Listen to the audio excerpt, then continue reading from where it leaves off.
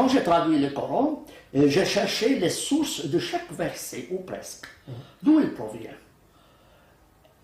Et là, je me suis rendu compte, et je l'ai mentionné dans les notes, qu'en fait, le Coran, c'est à 90%, c'est du Suisse, 90% du Coran est copié des écrits juifs et chrétiens, ou autres qui existaient auparavant. L'Ancien Testament, le Nouveau Testament, les Apocryphes, la littérature rabbinique, la Mishnah et les Talmuds.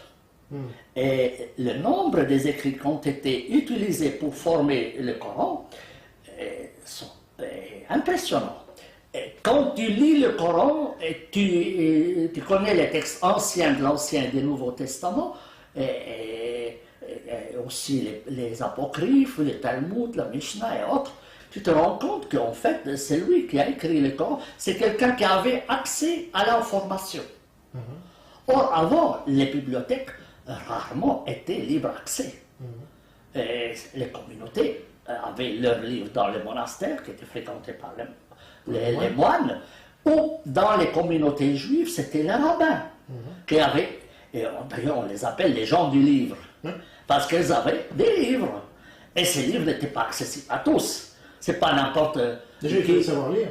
Déjà, il faut savoir lire, il faut les avoir étudiés, il faut les avoir interprétés, il faut savoir qu'est-ce qui existe, qu'est-ce qui n'existe pas.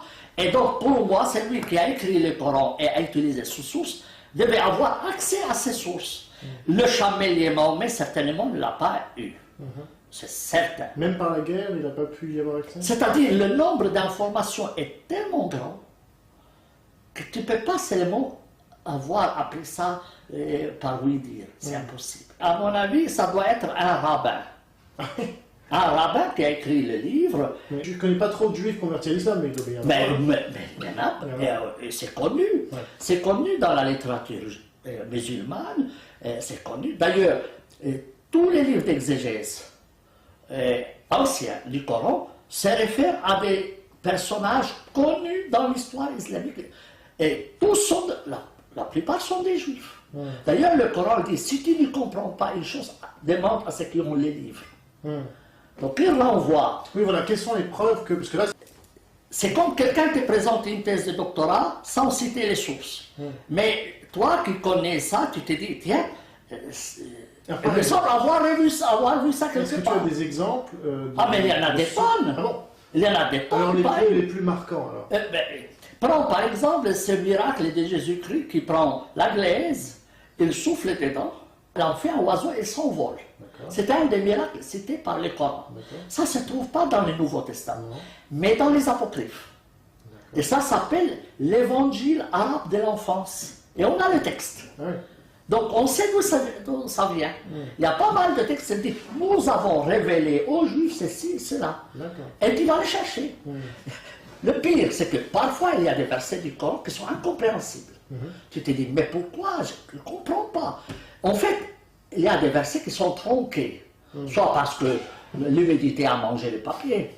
Alors moi, qui essaye d'où vient ce verset, je peux revenir à la littérature rabbinique et dire, écoute, ce texte manque, il lui manque quelque chose, et voilà la suite. C'est comme si tu as de la poésie ancienne en latin, et puis il en manque un bout, et tu vas le trouver chez Saint-Augustin. Parce que Saint-Augustin l'a cité.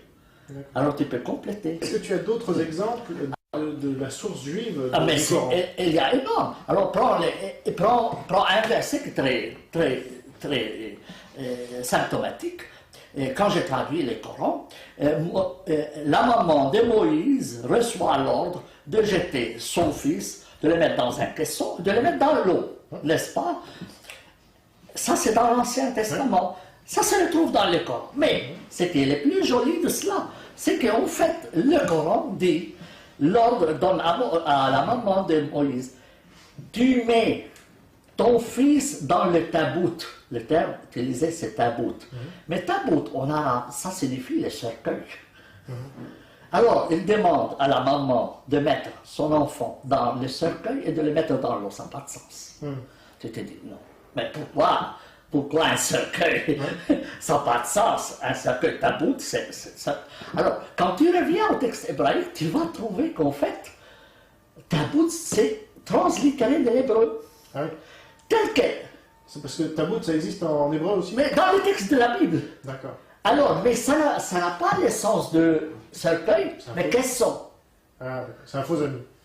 Oui, mais en fait, c'est lui qui l'a écrit, il le savait en hébreu, mais il ne savait pas comment ça s'est dit en arabe. Il a utilisé les mêmes termes. Donc, j'ai un texte. Si je trouve que ce texte ne correspond pas à l'arabe normal, ça ne coule pas de source. Oui. C'est un texte décousu. Tu as un exemple là aussi? Mais il y en a des tonnes. Mais alors le plus marquant. Mais écoute, le Coran, il y en a des fautes grammaticales. Ah bon? Plein de fautes grammaticales. Oui. Mais tu donnes un texte sans dire son origine à un étudiant de 6e année qui a fait la grammaire arabe. Oui. Hein, il va trouver qu'il y a une faute. Mais le moment que tu lui dis ça vient du Coran, il va tout de suite parfait. réviser. Ah oui. Et il va écrire 20 pages, un grand professeur, C'est 20 vrai. pages, pour justifier une faute de la grammaire. Ah oui. Il y a une faute, mais il n'y a pas de faute. Ah bon. Tu C'est que comprends? tous ceux qui vont dans les écoles coraniques aujourd'hui, ils apprennent un arabe qui est mauvais? Alors, non, pas tout est mauvais, Non. forcément. Non, pas tout est Incorrect, mauvais. c'est parfait. Mais, à mon avis, celui qui a écrit le Coran n'est pas de langue maternelle arabe. Ah, c'est ça. Donc, à mon avis, le texte coranique comporte de très beaux passages, mais son arabe n'est pas parfait. Mais un musulman ne peut jamais te les dire. Il n'osera pas. Mais là, j'imagine, je me mets à la place des musulmans qui nous écoutent et qui se disent, mais finalement, ce que Sami Al-Dib est en train de me dire, c'est que le Coran n'est pas écrit dans un arabe parfait et qu'il a été écrit par un ancien rabbin. Ouais. Ça fait beaucoup quand même, non? C'est beaucoup, mais écoute, eux disent aveuglément, il n'y a pas de faute de grammaire. Et puis je dis, mais non, il n'y a pas de faute de style. Mais écoutez, en tant que traducteur du Coran, je peux vous montrer les fautes de style. Hein. Parce que, Je peux vous montrer des fautes. Mais on bagaille. Ouais. On bagaille les fautes de style. Les fautes de style sont énormes. Parce qu'à l'époque, est-ce qu'il existait des écrivains de langue arabe aussi qui écrivaient mieux? Écoutez, les textes qui sont venus après le Coran sont nettement mieux que le Coran. Ouais. En tout cas, sur le plan grammatical, Ouais, c'est plus correct. Sur le plan du style, il y a des textes extraordinaires. Omar Khayyam, par exemple, dont on parle Et souvent. ça, c'est un poète. Ouais. C'est un poète. Mais même, prends les livres de Gibran Khalil Gibran. Ouais. L'arabe de Gibran Khalil Gibran est beaucoup plus beau que les textes du Coran. Ouais.